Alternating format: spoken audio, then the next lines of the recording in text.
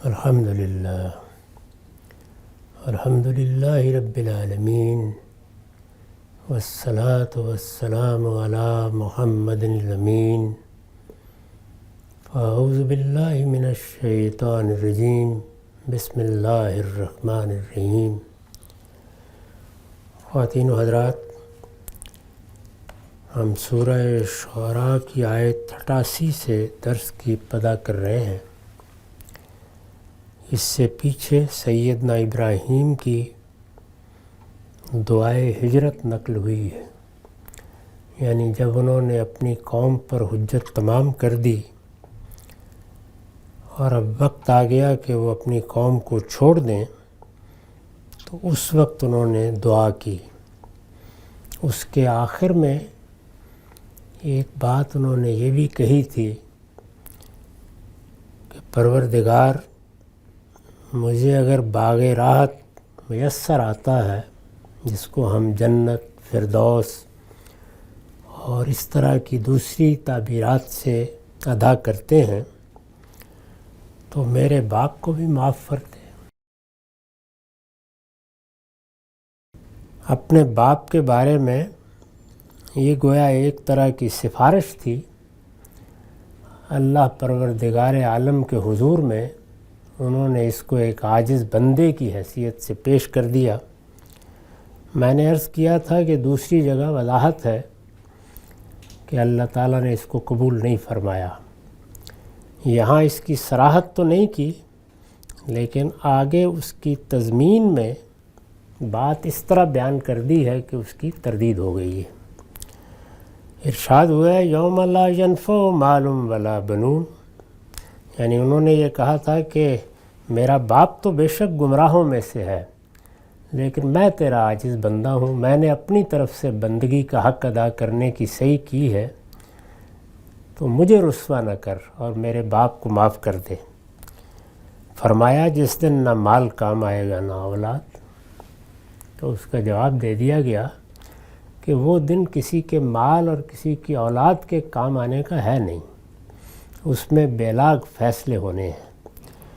جس دن، یعنی انہوں نے کہا تھا جس دن لوگ اٹھائے جائیں گے اس دن اے پروردگار مجھے رسوا نہ کر، اسی جس دن پر عطف کر کے فرمایا جس دن نہ مال کام آئے گا نہ اولاد، یعنی یہ واضح کر دیا کہ میرا وہ دن تو یوم الدین ہے، اس میں بیلاگ عدل ظاہر ہوگا، اس میں کسی دوسرے کے کہنے سے کوئی کام نہیں ہو جائے گا، جو کچھ ہوگا وہ انصاف کے، عدل کے اور میری رحمت کے تقاضوں سے ہوگا۔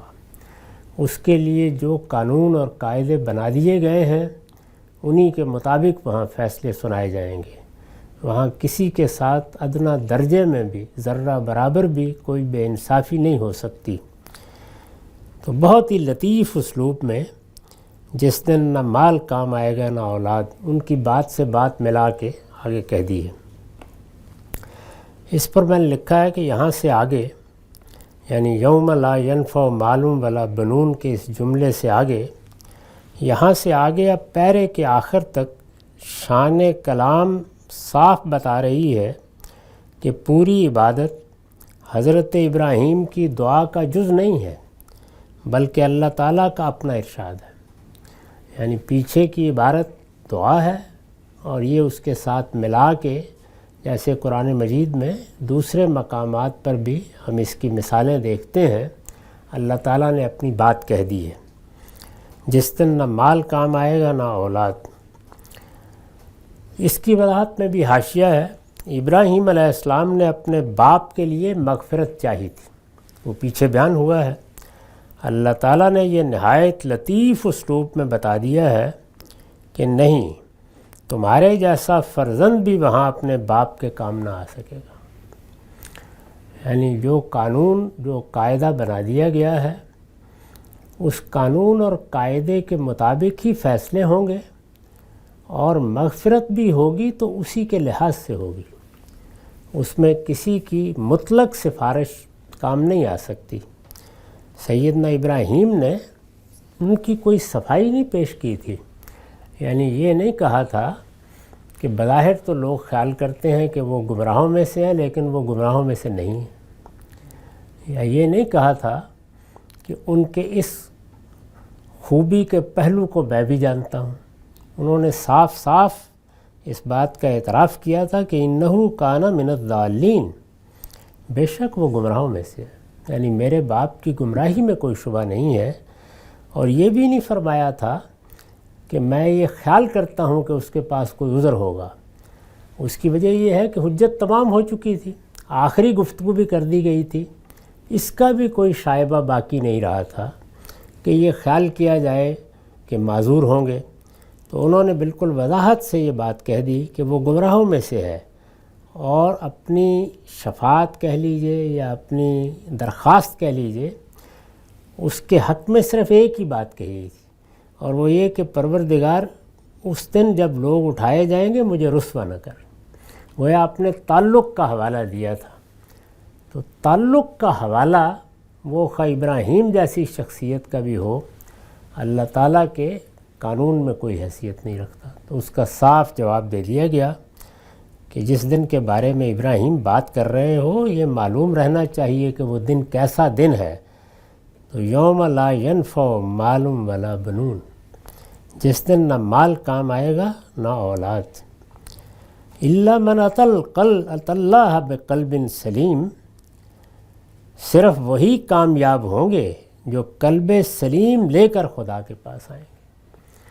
اس میں دیکھ لیجئے کہ یہ ذکر نہیں کیا کہ فلاں فلاں عمل لے کے آئیں گے۔ ظاہر ہے کہ عمل کسی چیز کا ظہور ہے، میرے آپ کے باطن میں کوئی چیز داخل ہوتی ہے، اس سے قول وجود میں آتا ہے، اس سے عمل وجود میں آتا ہے۔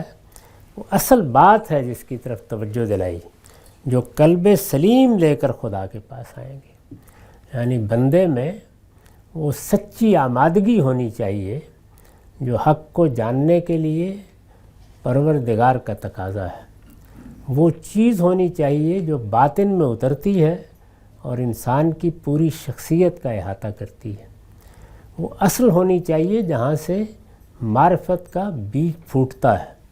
اگر وہ موجود ہے تو پھر اللہ تعالیٰ کے ہاں معافی کے بڑے امکانات ہیں۔ تو قلب سلیم کا حوالہ اس پہلو سے دیا ہے، یعنی وہ دل جس میں کوئی ٹیڑھ نہیں ہے، کجی نہیں ہے۔ اب ظاہر ہے اگر دل میں ٹیڑھ نہیں ہے، دل میں کجی نہیں ہے، دل میں کوئی اناد بھرا ہوا نہیں ہے، دل حسد کی آگ میں نہیں جل رہا، دل میں کوئی ایسی خرابی پیدا نہیں ہو گئی کہ جس میں اب سرکشی جگہ پا سکتی ہے، تو پھر کیا ہوگا زیادہ سے زیادہ؟ یعنی بندے سے غفلت ہو گئی ہوگی، کوتاہی ہو گئی ہوگی، کسی موقع پر جذبات کا غلبہ ہو گیا ہوگا۔ پھر یہی چیزیں ہیں جو گناہ کا باعث بنتی ہیں، اور جب بن جاتی ہیں تو جیسے ہی بندہ مومن اس کیفیت سے نکلتا ہے تو وہ رجوع کرتا ہے، اس کے اندر ندامت پیدا ہوتی ہے، وہ اپنے پروردگار کو پکارتا ہے۔ اس پہلو کو نمایاں کیا ہے۔ قرآن مجید میں بڑے سادہ اسلوب میں بات چل رہی ہوتی ہے، لیکن کوئی ایک لفظ، کوئی ایک جواب، کوئی ایک پہلو ایسا ہے کہ جو اس کے حقیقی فلسفے کے اعماق میں انسان کو اتار دیتا ہے۔ تو یہاں سیدنا ابراہیم نے اپنی دعا میں ایک بات کہہ دی، ان کی دعا میں جو کچھ پیچھے بیان ہوا ہے وہ تو بیان حقائق ہے، لیکن یہاں ان پر اپنے تعلق کا غلبہ ہوا ہے، اور انہوں نے یہ درخواست پیش کر دی کہ بے شک میرا باپ گمراہوں میں سے ہے، لیکن آپ اس کو معاف کر دیں، اور اس میں اپنا حوالہ دے دیا۔ تو اس کے جواب میں صاف صاف طریقے سے یہ بتا دیا گیا کہ وہاں اس کی توقع نہ کی جائے، وہاں نہ مال کام آئے گا نہ اولاد، وہاں جو چیز کام آنی ہے وہ کیا ہے؟ صرف وہی کامیاب ہوں گے جو قلب سلیم لے کر خدا کے پاس آئیں گے۔ قلب سلیم یہ ہے اصل چیز۔ تو باپ کے بیٹا کام آ جائے، بیٹے کے باپ کام آ جائے، یعنی ایک مرتبہ اگر آدمی اللہ پروردگار عالم کی بارگاہ میں سرخرو ہو گیا، امتحان ہوا، کامیابی ہو گئی اور جنت کا فیصلہ ہو گیا، تو پھر بہت سی چیزیں کام آئیں گی۔ وہاں اللہ کا فضل بھی ہوگا، اس کی رحمت بھی ہوگی، وہاں اعزاء اقربا جو داخل ہو جائیں گے ان کے اعمال سے بھی انسان فائدہ اٹھائے گا جس طرح دنیا میں ہوتا ہے، لیکن داخلے کی بنیاد کوئی شخص نہیں بن سکتا۔ میں نے لکھا ہے کہ ابراہیم علیہ السلام نے اپنے باپ کے لیے مغفرت چاہی تھی، اللہ تعالیٰ نے یہ نہایت لطیف اسلوب میں بتا دیا ہے کہ نہیں، تمہارے جیسا فرزند بھی، اور ظاہر ہے کہ ابراہیم سے بڑھ کر اور کون ہوگا، تمہارے جیسا فرزند بھی وہاں اپنے باپ کے کام نہ آ سکے گا۔ جو چیز وہاں کام آئے گی اب اس کو بیان کیا، وہ قلب سلیم ہے، یعنی تمہارے باپ سے اگر کوئی گناہ ہو گیا ہوتا، کوئی غلطی ہو گئی ہوتی، وہ غفلت میں مبتلا ہو گیا ہوتا تو ہزار راہیں تھیں، لیکن جب قلب سلیم سے کوئی شخص محروم ہو جاتا ہے تو پھر یہ باطن کی سیاہی ہے، اس کو کوئی چیز دھو نہیں سکتی۔ جو قلب سلیم لے کر خدا کے پاس آئیں گے، قلب سلیم سے کیا مراد ہے؟ اس کی وضاحت میں حاشیہ ہے، اس سے مراد وہ دل ہے، یعنی قلب دل، اس سے مراد وہ دل ہے جو اپنی اصل فطرت پر قائم اور شرک و نفاق کی ہر آلائش سے پاک ہو۔ دل میں اللہ کا سچا ایمان ہے، اور سچے ایمان کی لازمی شرط یہ ہے کہ اس میں شرک کی کوئی آلائش نہ ہو۔ قرآن مجید نے جگہ جگہ یہ بات واضح کی ہے کہ اگر کوئی شخص یہ پوچھتا ہے کہ ایمانیات کیا ہیں تو وہ تو وہی 5 ہیں، یعنی اللہ پر ایمان، اللہ کے فرشتوں پر ایمان، اللہ کے نبیوں پر ایمان، اس کی کتابوں پر ایمان، اور قیامت کے دن کی حاضری پر ایمان۔ یہ 5 چیزیں ایمانیات ہیں۔ اللہ تعالیٰ نے ان 5 چیزوں کو ماننے کا تقاضا کیا ہے، لیکن ان 5 سے متعلق بعض چیزیں ایسی ہیں کہ اگر وہ نہ مانی جائیں تو پھر ان پر ایمان بھی قابل قبول نہیں رہتا۔ اللہ تعالیٰ پر ایمان میں وہ چیز کیا ہے؟ وہ شرک سے پاک ہونا ہے، یعنی ایک آدمی اللہ کو مانتا ہے، یہ کہتا ہے کہ میرا خالق وہی ہے، مالک وہی ہے، لیکن اس کے ساتھ کسی کو اس کی ذات میں شریک بنا دیتا ہے، یا اس کے خلق و امر میں کسی کو شریک بنا دیتا ہے، تو پھر اس کے معنی یہ ہیں کہ اس نے نہیں مانا۔ اس کو قرآن نے واضح کیا ہے کہ شرک کے ساتھ، اور جس طرح کا شرک زیر بحث ہے قرآن مجید میں، شرک کے ساتھ اللہ پر ایمان یہ قابل قبول نہیں ہے، پھر یہ کفر ہے۔ تو دیکھیے کہ مسیحیوں کے بارے میں کیا کہا، لقد کفر الذین قالوا، جنہوں نے یہ کہا ہے کہ مسیح گویا اللہ ہی ہیں یا مسیح اللہ کے بیٹے ہیں، انہوں نے انکار کر دیا ہے، وہ حقیقت میں مان ہی نہیں رہے ہیں۔ ایسے ہی رسالت مآب صلی اللہ علیہ وسلم پر ایمان کے لوازم ہیں۔ تو میں نے بارہا یہ عرض کیا ہے کہ رسول اللہ صلی اللہ علیہ وسلم کو ماننے کا مطلب یہ ہے کہ نبی بھی مانا جائے اور رسول بھی، الی الخلق کافہ مانا جائے، یعنی پوری دنیا کے لیے ہیں، قیامت تک کے لیے ہیں، اپنے بعد ہر دور کے لیے ہیں، ہر جماعت کے لیے ہیں، جو لوگ بھی اب قیامت تک پیدا ہوں گے ان سب کے لیے، الی الخلق کافہ۔ اور تیسرے یہ کہ نبوت ان پر ختم ہو گئی ہے۔ تو یہ تینوں چیزیں لوازم ہیں نبوت پر ایمان کے، ان میں سے کسی کا بھی انکار کر دیا جائے تو اس کا مطلب یہ ہے کہ گویا نہیں مانا۔ تو یہ لوازم بھی ہر چیز کے اللہ کی کتاب کی روشنی میں سمجھ لینے چاہیے۔ اللہ کی کتاب کو ماننے کے بھی کچھ لوازم ہیں، فرشتوں کو ماننے کے بھی کچھ لوازم ہیں۔ یہ گویا مانا تو حقیقی مفہوم میں مانا، اور اگر ان چیزوں کا خیال نہیں رکھا تو گویا نہیں مانا۔ اس کو قرآن نے واضح کر دیا ہے۔ جس دن نہ مال کام آئے گا نہ اولاد، صرف وہی کامیاب ہوں گے جو قلب سلیم لے کر خدا کے پاس آئیں گے۔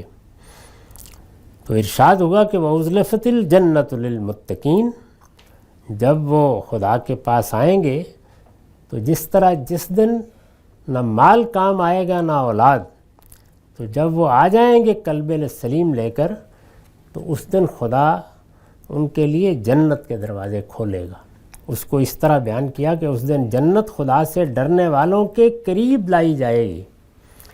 یہ جو اسلوب اختیار کیا ہے جنت کے پیش کرنے کا، اس کی وضاحت میں نے لکھا ہے، یعنی جس طرح مہمانوں کی تشریف و تکریم کے لیے کوئی چیز ان کے سامنے پیش کی جاتی ہے، یعنی مہمان سے یہ نہیں کہا جاتا کہ آپ جائیے ذرا باورچی خانے سے خود ہی لے لیجئے، جس طرح مہمانوں کی تشریف و تکریم کے لیے کوئی چیز ان کے سامنے پیش کی جاتی ہے، جنت اسی طرح پیش کر دی جائے گی۔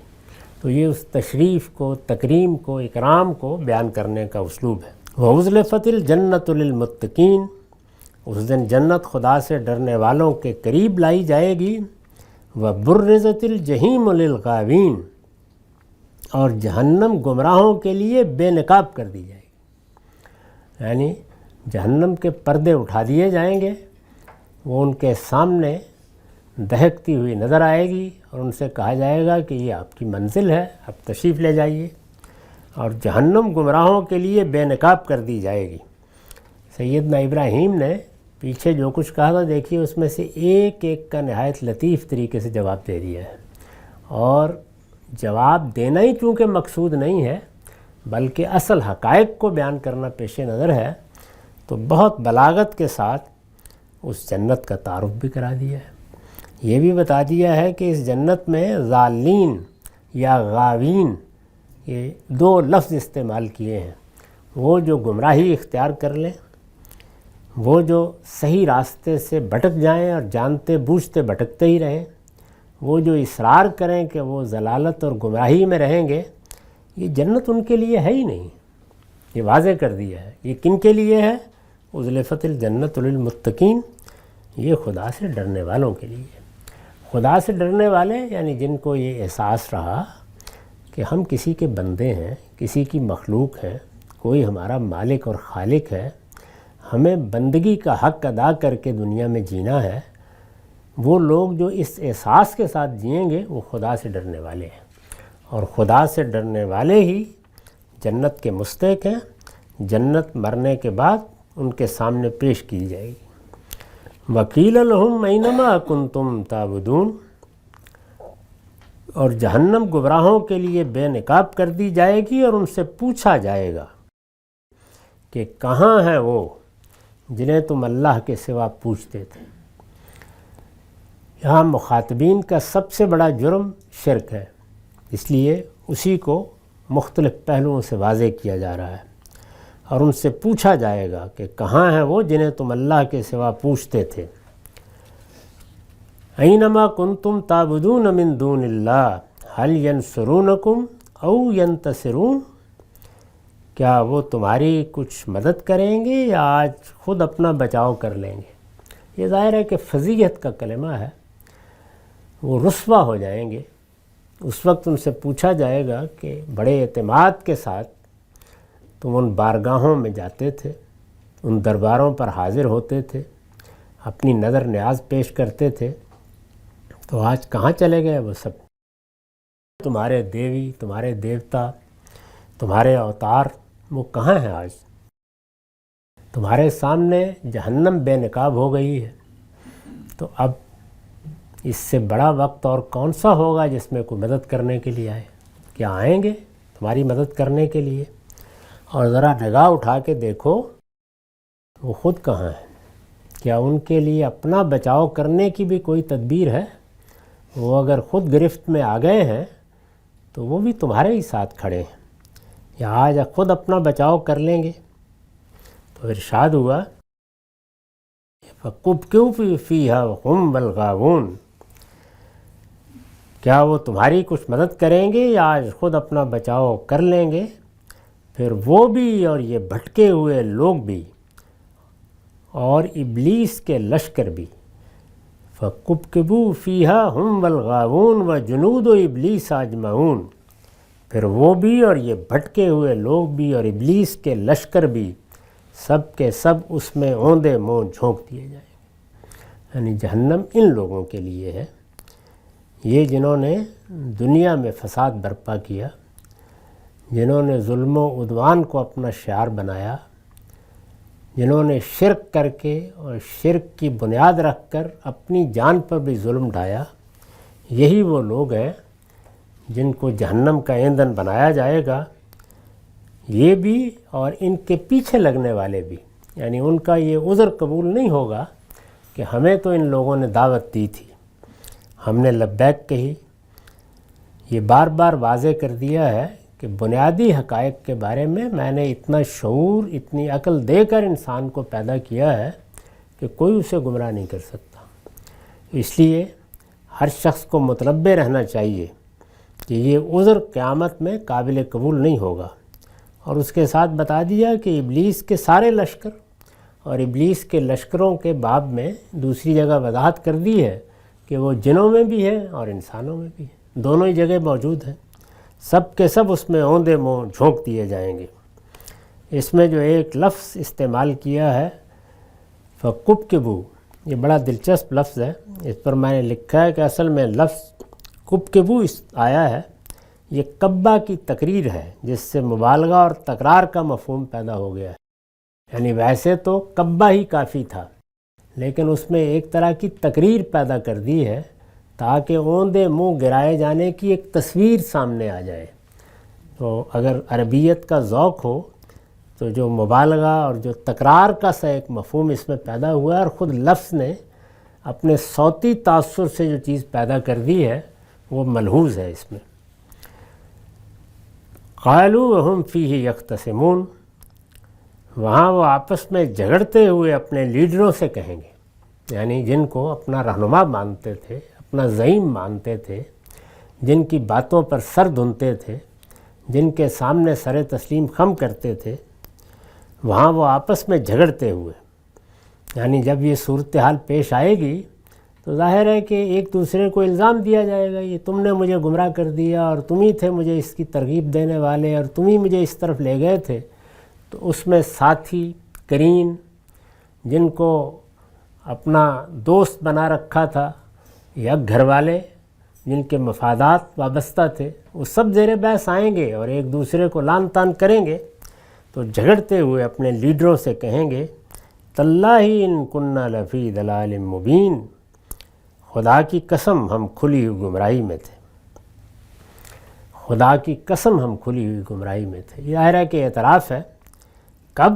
جب کہ تمہیں خداوند عالم کے برابر ٹھہراتے تھے، یعنی اپنے لیڈروں سے کہیں گے کہ ہم نے تمہیں اللہ پروردگار عالم کے برابر ٹھہرا دیا تھا، اذ نسویکم برب العالمین، یعنی کوئی نیچے بھی نہیں رکھا تھا، برابر ہی کر دیا تھا۔